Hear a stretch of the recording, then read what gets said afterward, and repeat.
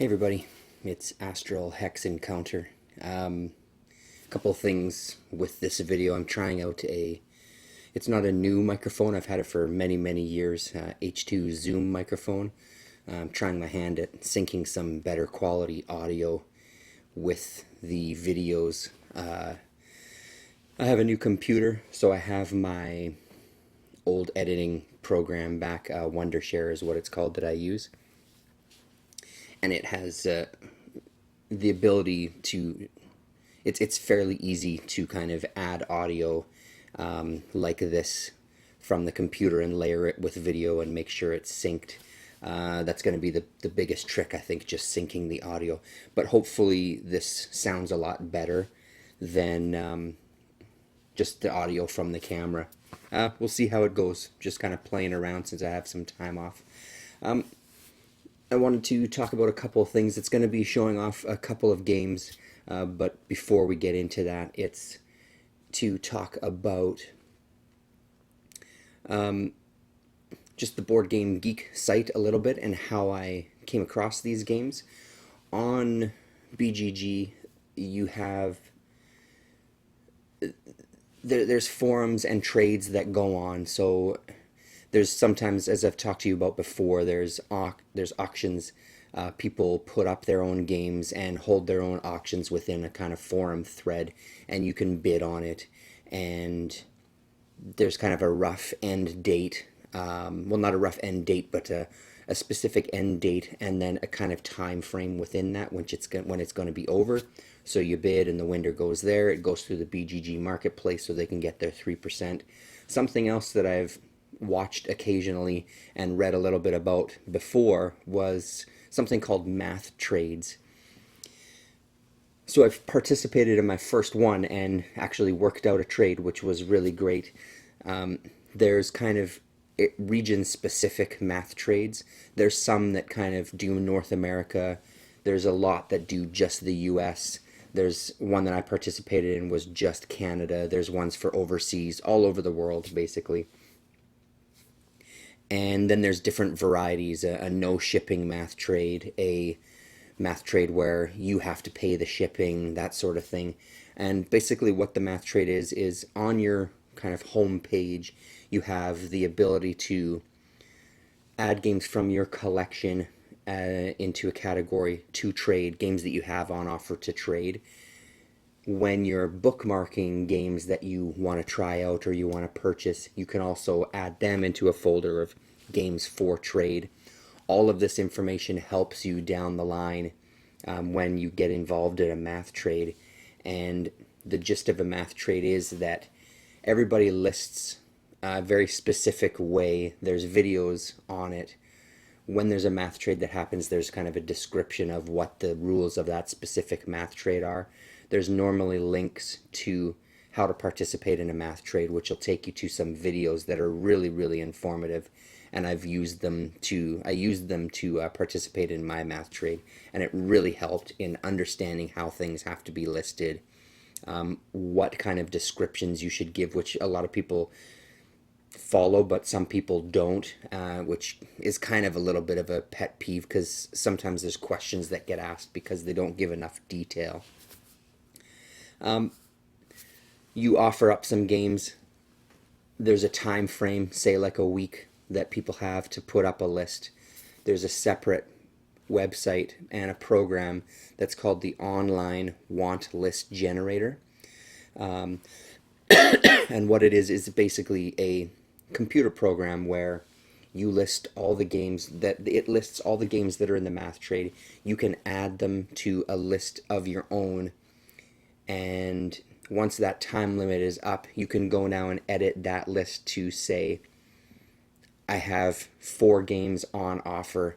There's 17 games that I want. You go down a list for each game. What would you be willing to trade from your selection of games that you have for trade? What would you be willing to trade for a specific game? You mark it a series of checkboxes. A computer program matches you up. So at the end of it, it so happened with this one, it was me working out a trade just with the one guy between us. But what more than often happens is I have a game that I'm going to ship to a guy in Montreal. There's a guy in Vancouver who has a game that I want. He's going to ship it to me. This program just sets you up with various people, so you're not necessarily trading with the same person back and forth. It works out who wants your game and whose game do you want, and kind of just tells you where to send and where you're going to receive a game from and what game you're going to receive. Really, really ingenious idea. I think it's a really great idea. You get a wide range of games, brand new to used. Mostly new games in this math trade I participated in was mostly new games. There was a couple of older games, two of which I got, and it worked out really great. I was lucky enough to have all the shipping supplies here, so as soon as the math trade was decided and I knew where I was sending the game, I was able to box it up and send it out the very next day. Because it was within Canada, it took about 3 days to get there. The shipping was relatively cheap, especially for board game. I think it would cost me $13 Canadian, which is really, really good considering the amount of time that it took. And I don't know, I considered it a very successful trade. I'm excited about the games that I got, which eventually we'll turn around and we'll look at them. But just again, another aspect of the Board Game Geek website that I'm really enjoying. There's so many sides to it that I like, and this is just now another thing where I can try to get some cool games. Especially, I think the Canadian one happens 2 or 3 times a year, and it's one of those things. I've seen some games that were on offer on the math trade that I've seen in thrift shops or value villages, that now I know in my head to, if I see something really interesting for $2.99, $9.99, they're usually relatively cheap at the Value Village, to pick them up and just kind of have them as trade bait in hopes of maybe getting a really cool game that I can't find here. Another thing to talk about is kind of ties in with that. There's a board game cafe here in town that I've known about for a long time, and I've been in once or twice. I went in just the other day, yesterday, 2 days ago. I was kind of in a meeting in the neighborhood, and on our break I went for a coffee there. I went to grab a coffee and just to have a look around. They have a lot of games for sale. But they have a lot of games that are cataloged like a library, where you can come with a group of your friends, or you can come and play with groups of people that you don't know, and you just rent some time basically, and you play board games, and you can have a coffee, and you can have a little bit to eat.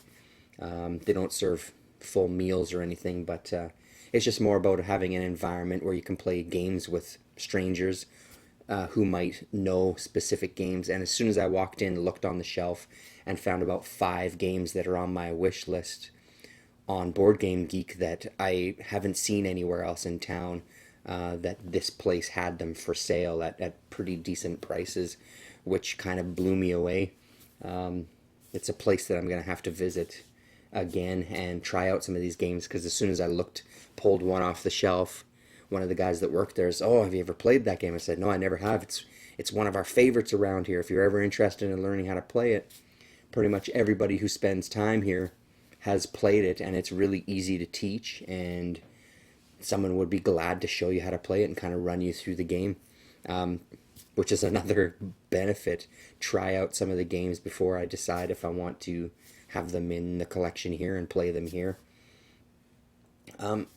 So that was kind of a nice surprise that I just didn't expect.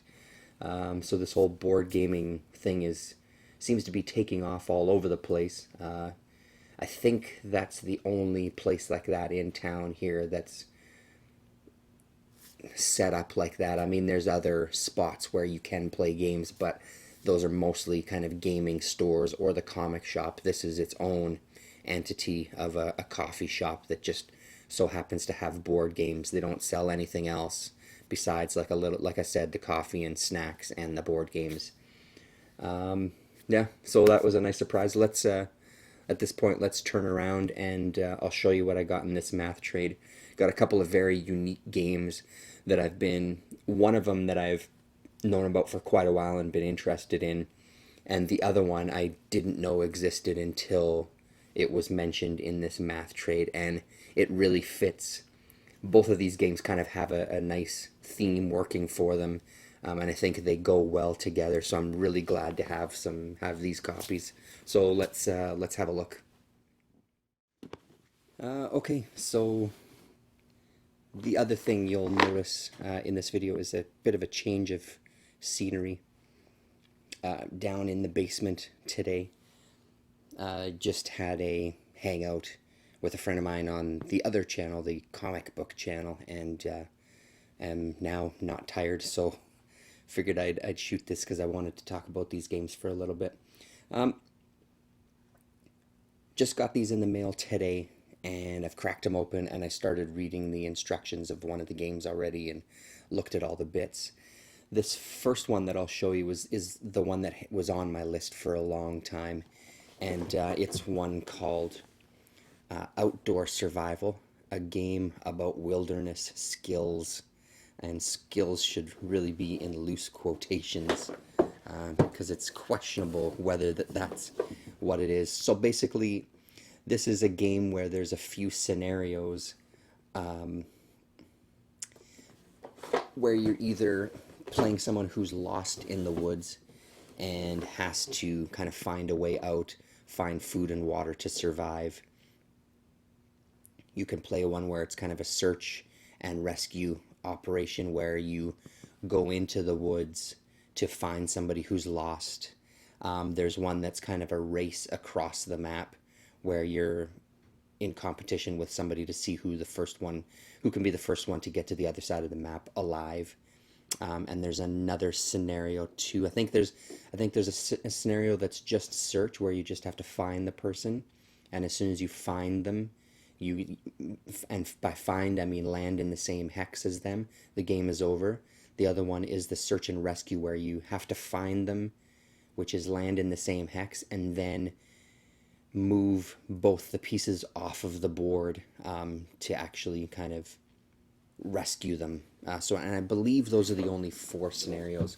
And this is an Avalon Hill bookcase game. Both of them are. This one has an interesting history too. It's one that I will do a gameplay video of on this channel at some point, but it's not something that I'm going to contribute to Board Game Geek, because if you look on the page, there are 2 people who, in my mind, have made the perfect videos talking about this game, and I just don't feel like I want to sully up that territory of their amazing videos. One of them, it was the first video I saw from a guy named Hello Gregor, and it is an amazing, amazing little video. He's a really great guy, and I've since watched a few of his videos. Nothing has struck me as much. Like there's plenty to love about his videos, but his review of this game is pretty flawless.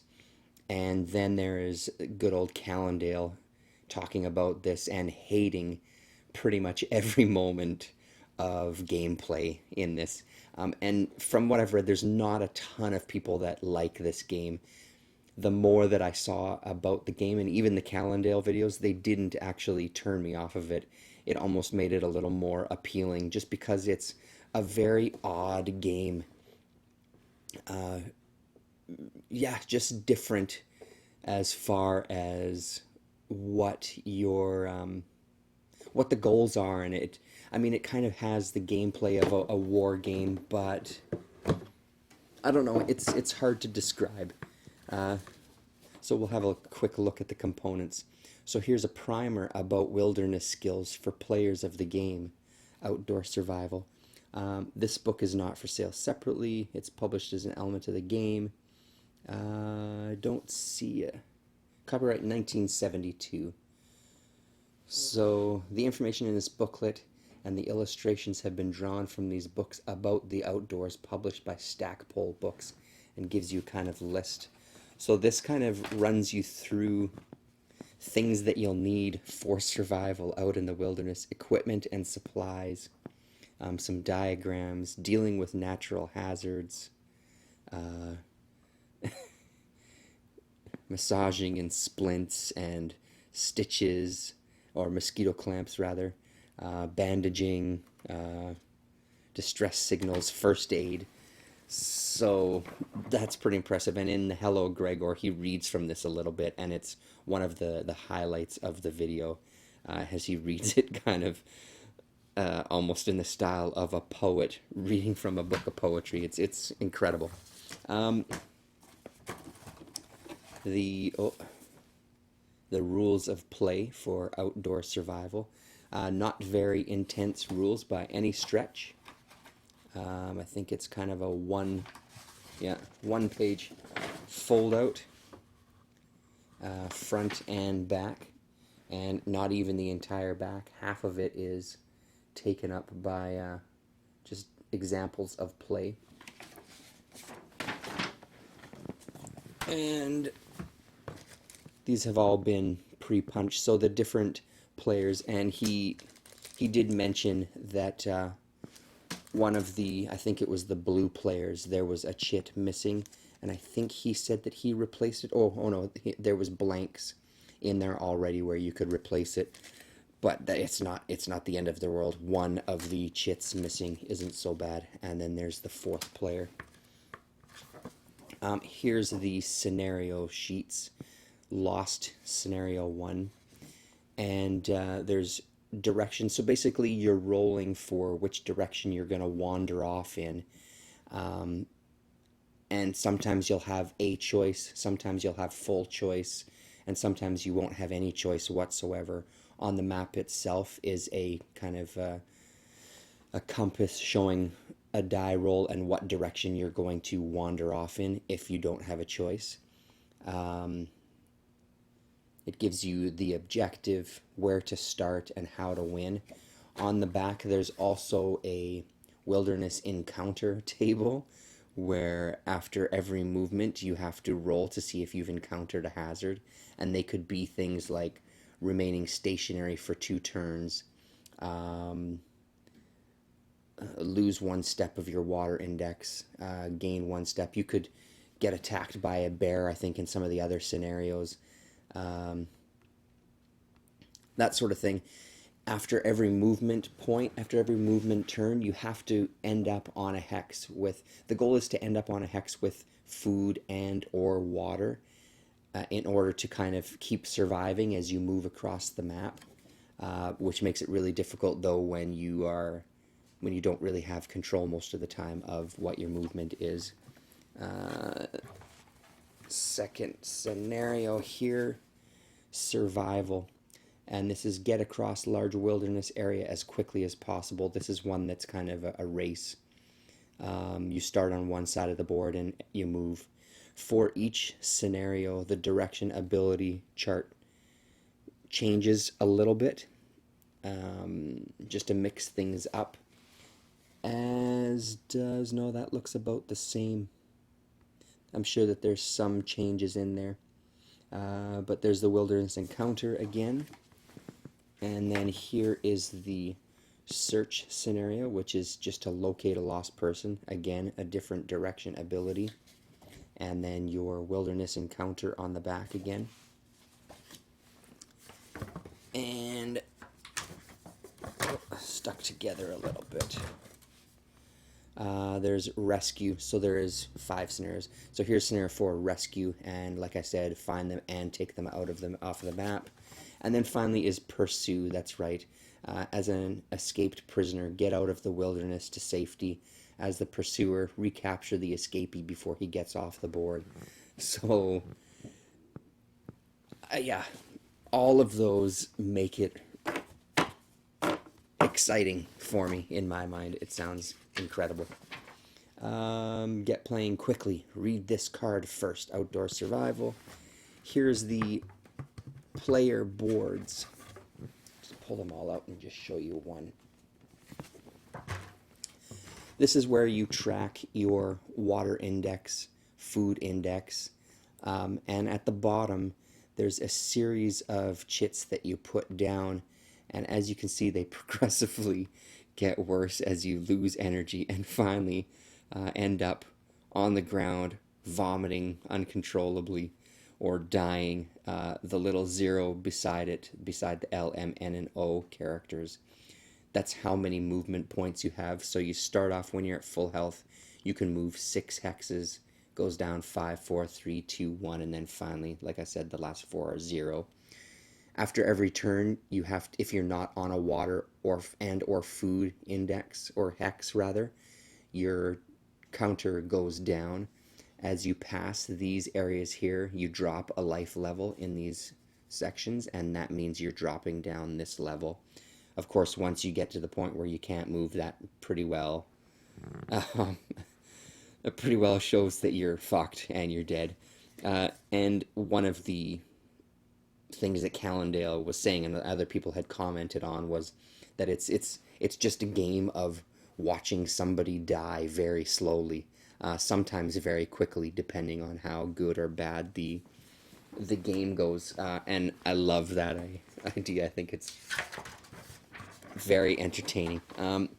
The map board movement chart, so giving you the terrain and how much it's going to cost to move through and whether you can or not.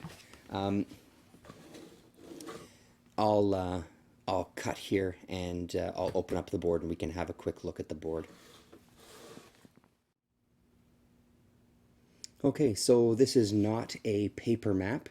It is a hard-mounted map that folds out into this glorious beast. On the east side here, this is routinely what's your starting point, this cabin. On the west side, there's another cabin there that I think there's a couple of the scenarios where you can choose which side. There's south, there's north that you start from. And obviously, depending on the amount of players, if you're playing a 4-player game, everybody starts on one side.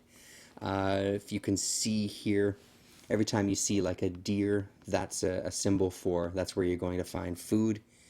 You can see little bodies of water, little lakes, and hexes like this that have a deer and the lake obviously represents that you're going to get both food and water at those.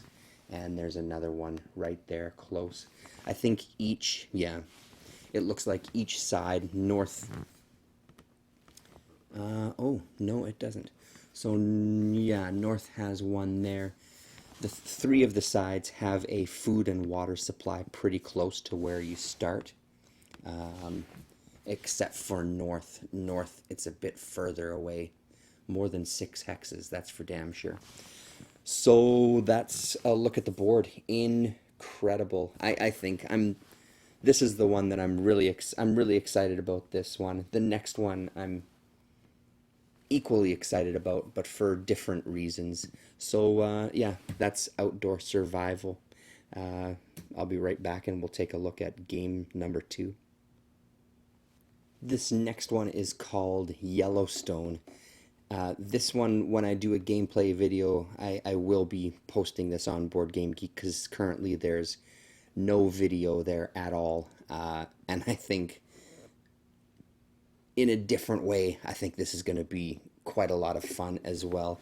It's another, another bookcase game from Avalon Hill, brought to you by Yellowstone, the National Park Wildlife Survival game.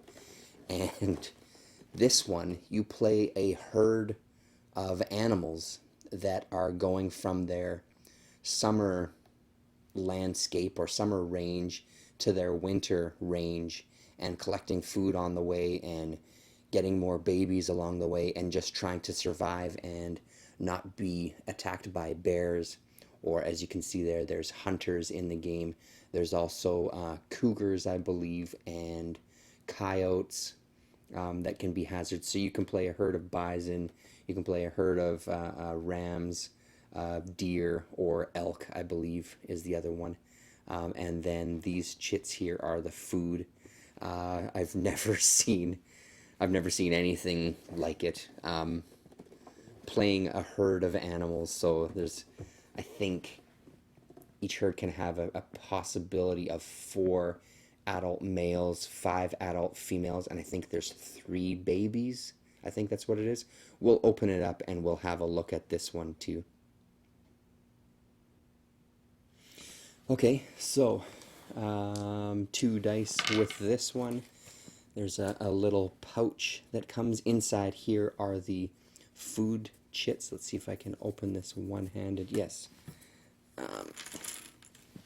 There's the they're big counters. They're bigger counters on this one. So those go on certain spots on the board. This is the one that I've started reading the instructions for because I don't know much about it.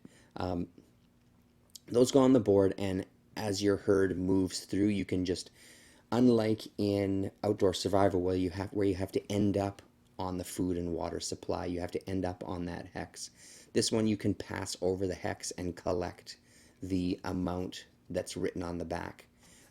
Everybody has, each herd has a scoring worksheet with your herd, and you can keep calculation of your food points that you then expend throughout the game, I believe. I haven't fully read the rules. I just kind of took a brief look at all the pieces and kind of started scanning through them. And it looks like there's 5 all the way to 20 possible points that you can get. If you end up in one of the spaces where you're supposed to migrate to at the end of a season, you get bonus food points as well too, and it's going to help you survive. This bag contains all of the threats that will that are out to get you. So there you see a bear, and there you can see a hunter as well. And then each of these bags and colors are the different animals. There's the bison there, mountain goats or rams, or I guess they call them here, we'll look at this actually. This is the Yellowstone rules of play. So the herds are bison, the male, female, and the young, bighorn sheep, elk, and mule deer. Those are the 4 players that you can be. It's just amazing. Yeah, and I mean, a very brief rule set, not much to it. And then a sample on the back of how to use your scoring worksheet.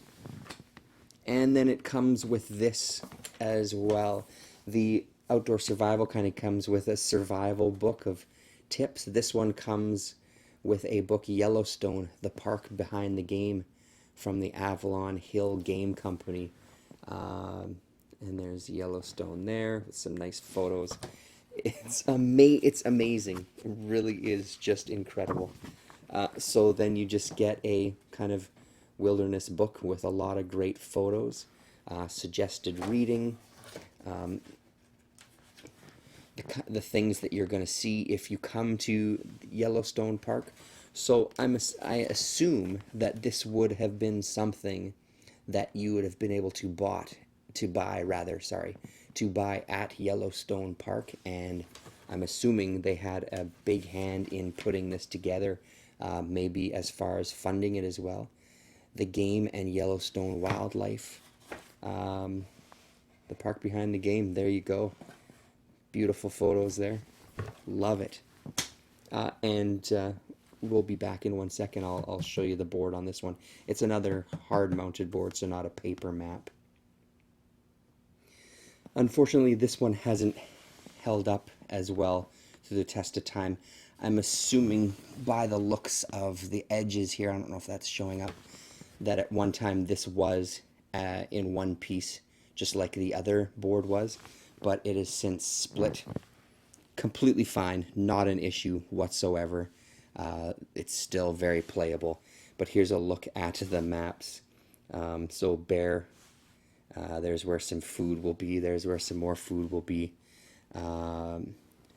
Bighorn summer range, the bison summer range, elk summer range, and mule deer summer range. And then on the edge of the boards is where you have to travel to before the change of the season.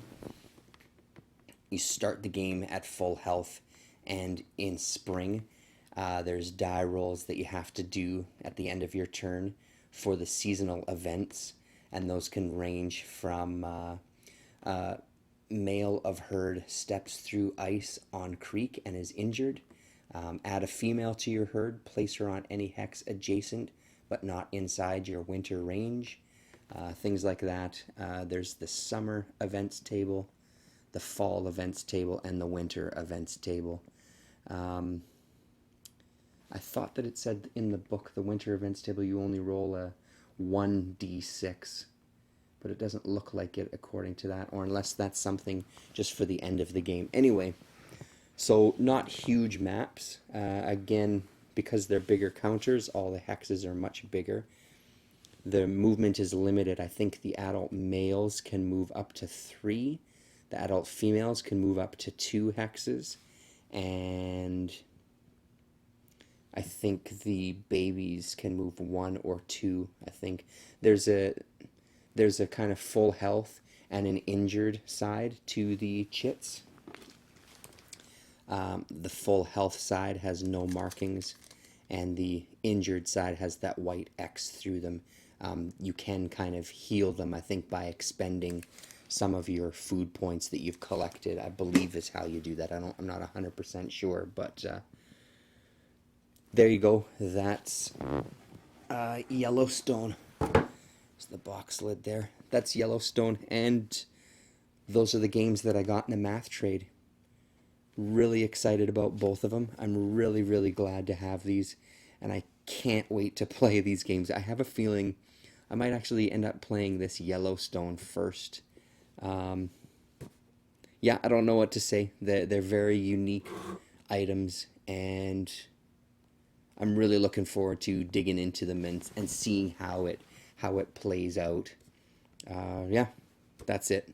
Thanks very much for watching, and wish me luck on editing all this audio together.